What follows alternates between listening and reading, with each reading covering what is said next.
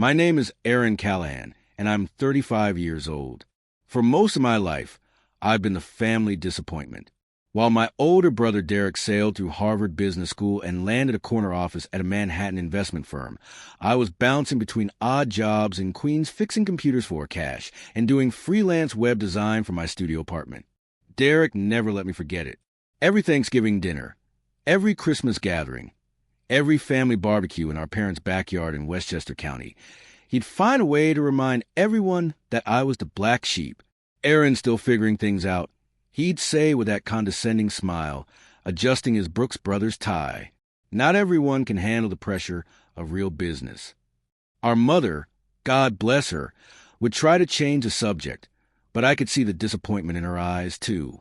Here was Derek pulling in $275,000 a year, driving his BMW X3, living in his Brooklyn Heights apartment. And there was me barely scraping together $2,200 for rent each month. If you enjoy stories of cold-blooded revenge and gripping plot twists, like this video and subscribe to the channel now. There are brand new unreleased stories here every day, each one more intense than the last.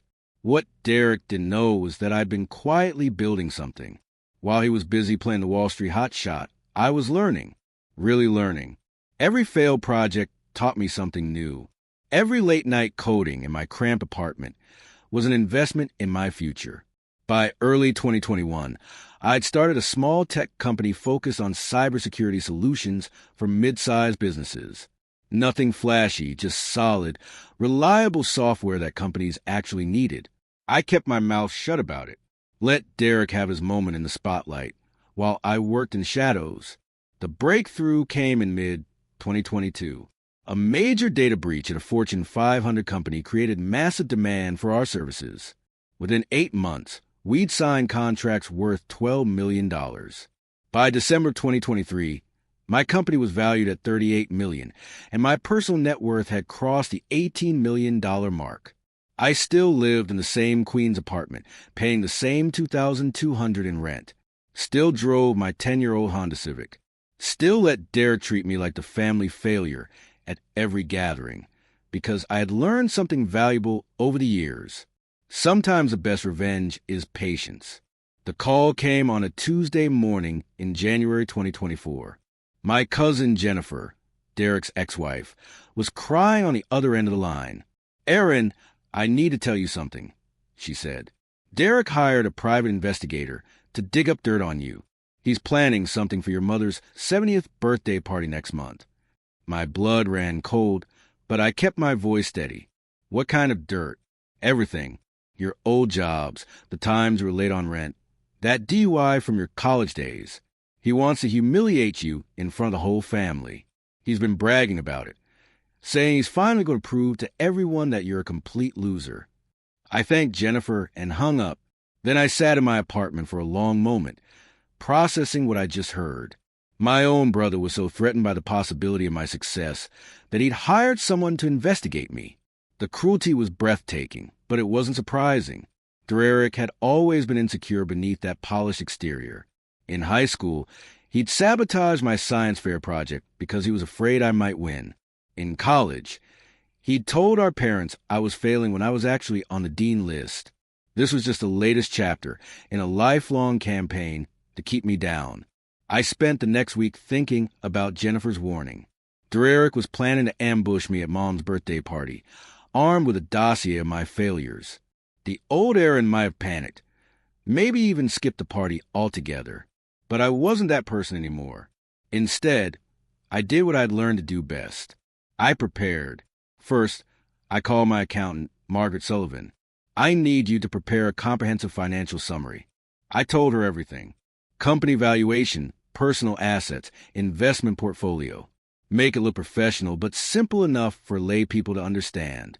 "Planning to go public?" she asked. Something like that.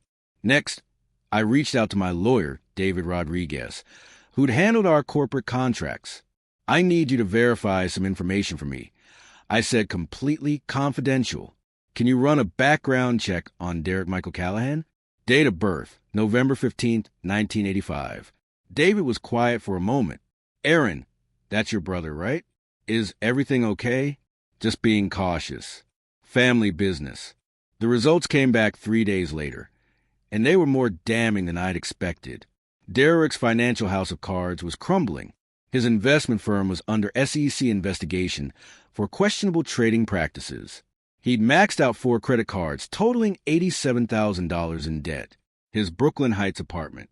He was 3 months behind on the rent, owing $11,000. The BMW leased, and he'd missed 2 payments.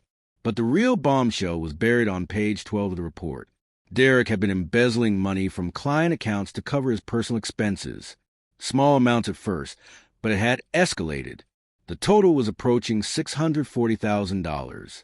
I sat in my kitchen reading through the documents while sipping coffee from my favorite mug, a faded NASA logo I'd had since college. The irony wasn't lost on me. Derek was planning to expose my past failures while sitting on a present-day catastrophe that could land him in federal prison for up to 12 years. My phone buzzed. A text from Derek. Looking forward to Mom's party next week. Got a special surprise planned. Hope you're ready for some truth-telling, little brother. I stared at the message for a full minute, then typed back. Can't wait. I love surprises. The private investigator Derek had hired was named Thomas Walsh, according to the paperwork David had uncovered. Walsh was a former NYPD detective who now ran a small agency out of Brooklyn. I decided to pay him a visit. His office was in a strip mall between a check cashing place and a Chinese takeout restaurant. The waiting room smelled like old coffee and disappointment. Walsh himself was exactly what I'd expected. A tired-looking man in his 50s with nicotine-stained fingers and a discount suit from Men's Warehouse. "I'm Aaron Callahan," I said. When his secretary showed me in, his face went pale. "Oh, Mr. Callahan, this is unusual." "I imagine it is." I sat down across from his cluttered desk without being invited. "I understand my brother hired you to investigate me." Walsh shifted uncomfortably. "I can't discuss ongoing cases with Mr. Walsh." I interrupted, my voice calm but firm. "I'm not here to interfere with your investigation. In fact, I'm here to make your job easier." I pulled out a manila envelope and placed it on his desk. "This contains everything you need to know about my current situation. Financial records, business documentation, tax returns for the last 5 years, all completely legitimate and verified." He opened the envelope with trembling fingers. As he scanned the first few pages, his eyebrows climbed higher and higher. "This says your company is worth $38 million. That's correct. And my personal net worth is just over $18 million. I assumed this is what my brother was hoping you'd find." Walsh leaned back in his chair, processing the information. He was expecting, well, he was very specific about what he wanted me to look for. Failed businesses, unpaid debts, maybe some criminal activity. I'm sure he was.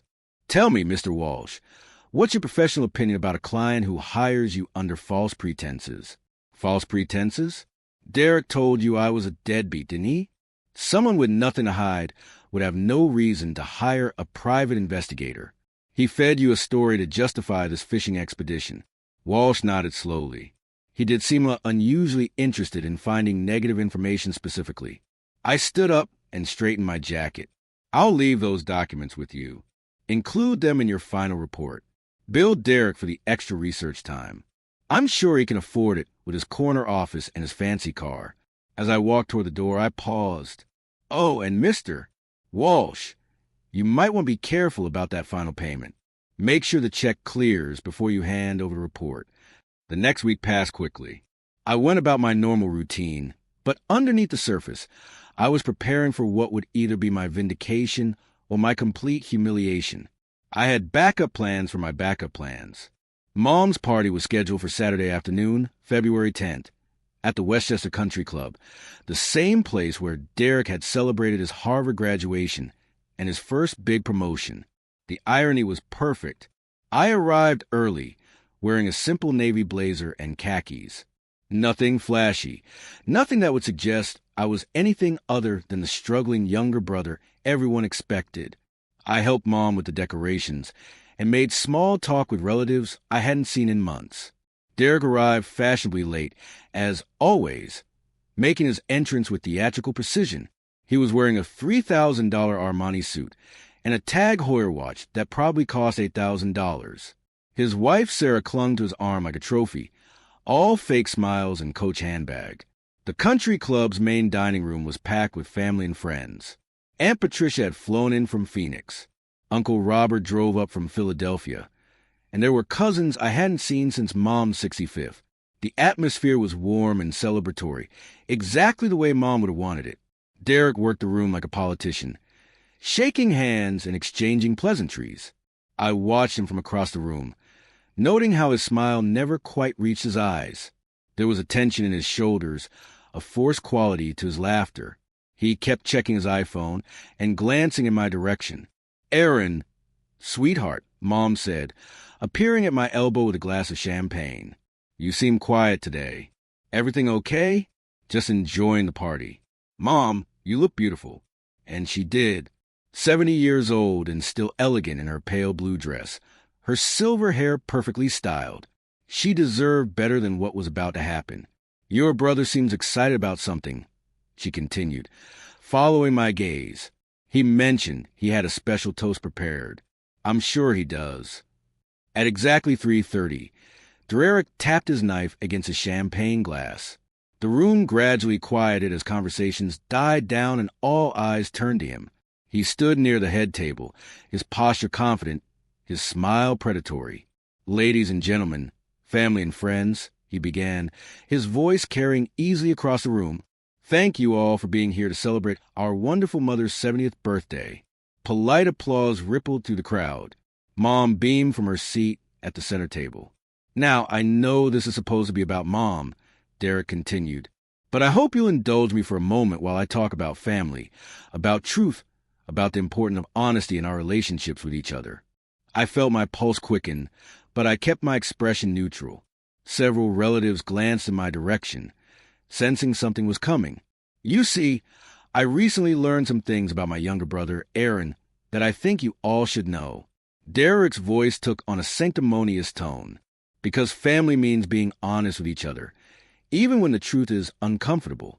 The room had gone completely silent now. I could see confusion and concern on faces throughout the crowd. Mom's smile was fading. Derek reached into his jacket and pulled out a manila folder. "I hired a private investigator to look into Aaron's background, and what I discovered was, well, let me just read from the report." He opened the folder with theatrical flair. "Aaron Callahan, age 35, has a history of unstable employment, including," he paused, squinting at the page. "Wait, this can't be right." I stood up slowly, my chair scraping against the polished floor. "Is there a problem, Derek?" He flipped through several pages frantically, his confident demeanor cracking. This says you own a company worth $38 million. That's obviously wrong." "Actually," I said, walking toward the front of the room, "it's completely accurate." The murmur that went through the crowd was like the sound of distant thunder. Derek's face had gone ashen. "You see, Derek," I continued, my voice calm and clear, "when you hire a private investigator to dig up dirt on someone, you should probably make sure there's dirt to find first."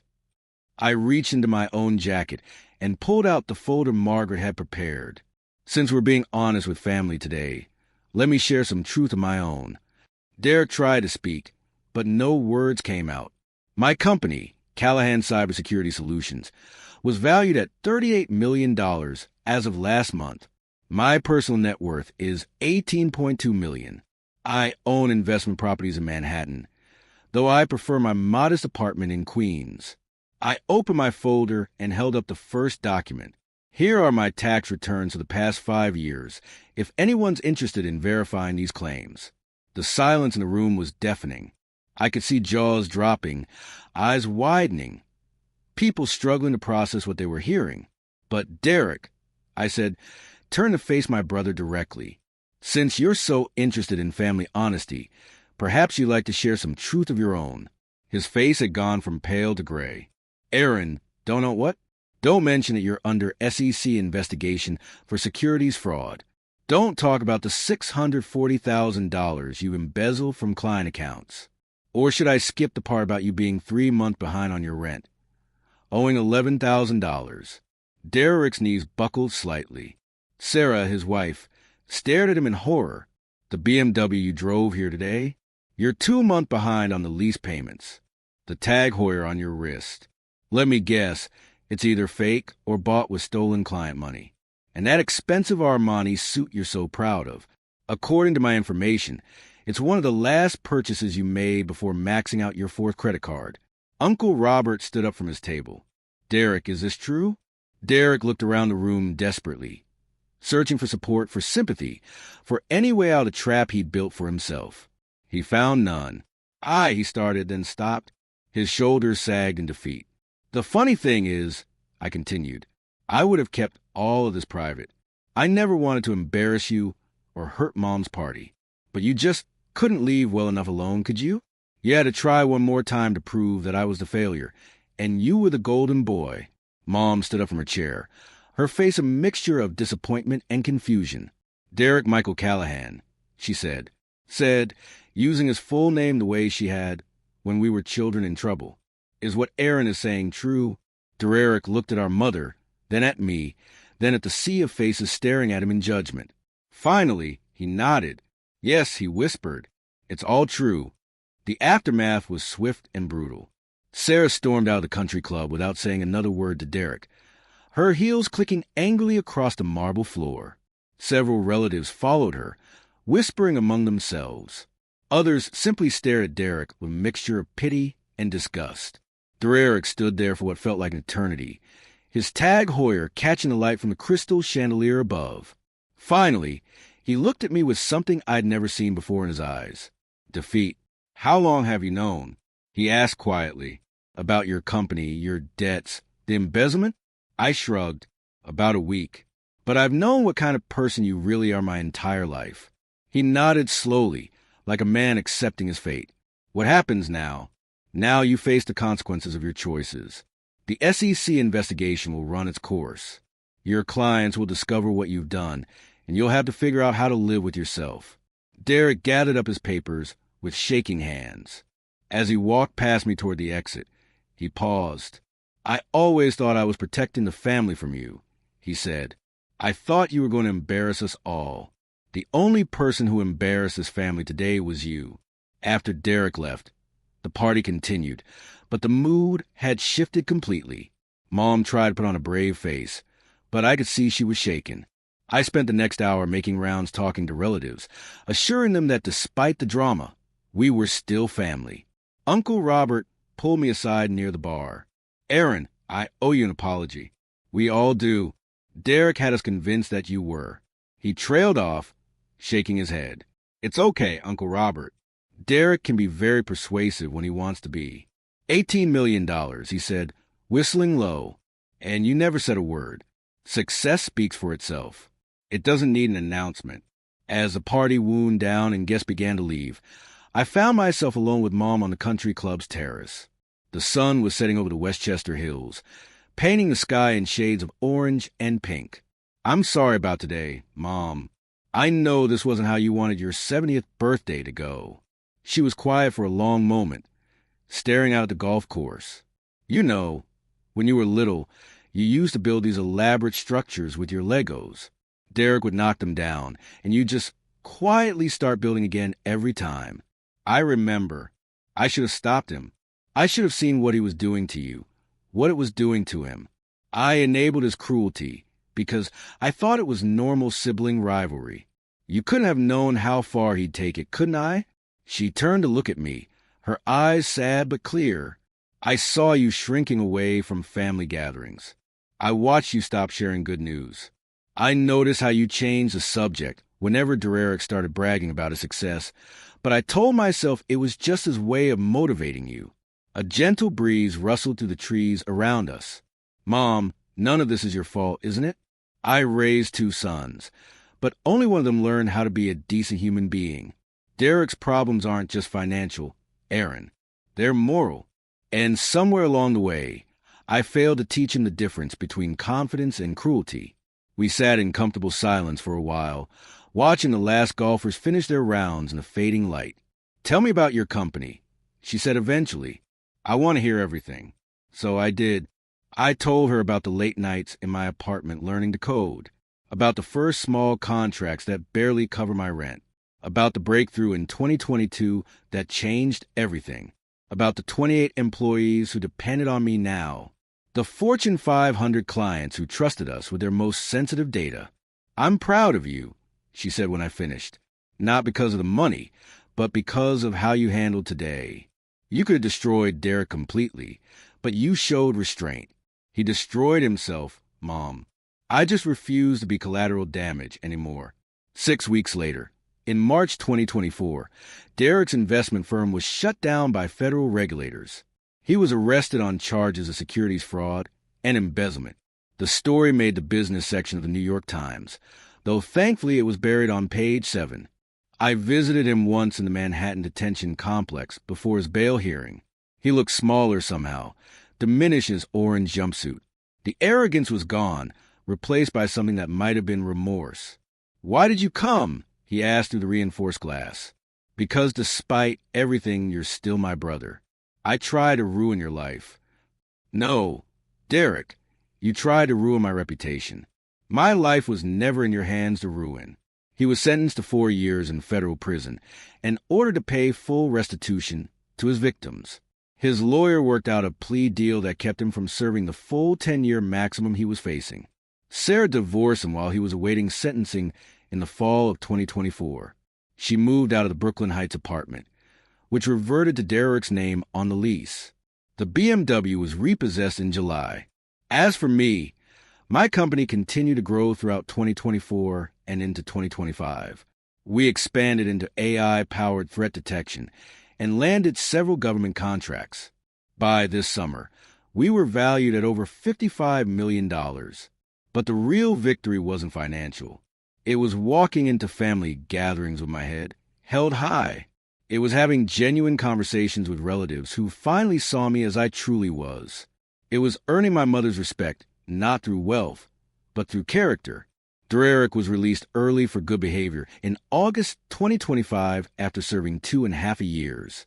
When I saw him at a family barbecue last month, he'd lost weight, and there were lines around his eyes that hadn't been there before prison. But he seemed calmer somehow, more at peace with himself. "I'm starting over," he told me. "Real job, honest work. Sarah's given me a second chance. Believe it or not, we're going to counseling." "I'm glad," I said, and I meant it. "I spent my whole life trying to prove I was better than you," he admitted. Turns out the only person I needed to be better than was myself. Looking back, I realized that Derek's attempt to humiliate me was the best thing that ever happened to our relationship. It forced us both to confront the truth about who we really were. He learned that success built on lies and cruelty is no success at all. And I learned that the best revenge isn't destruction. It's simply refusing to be destroyed.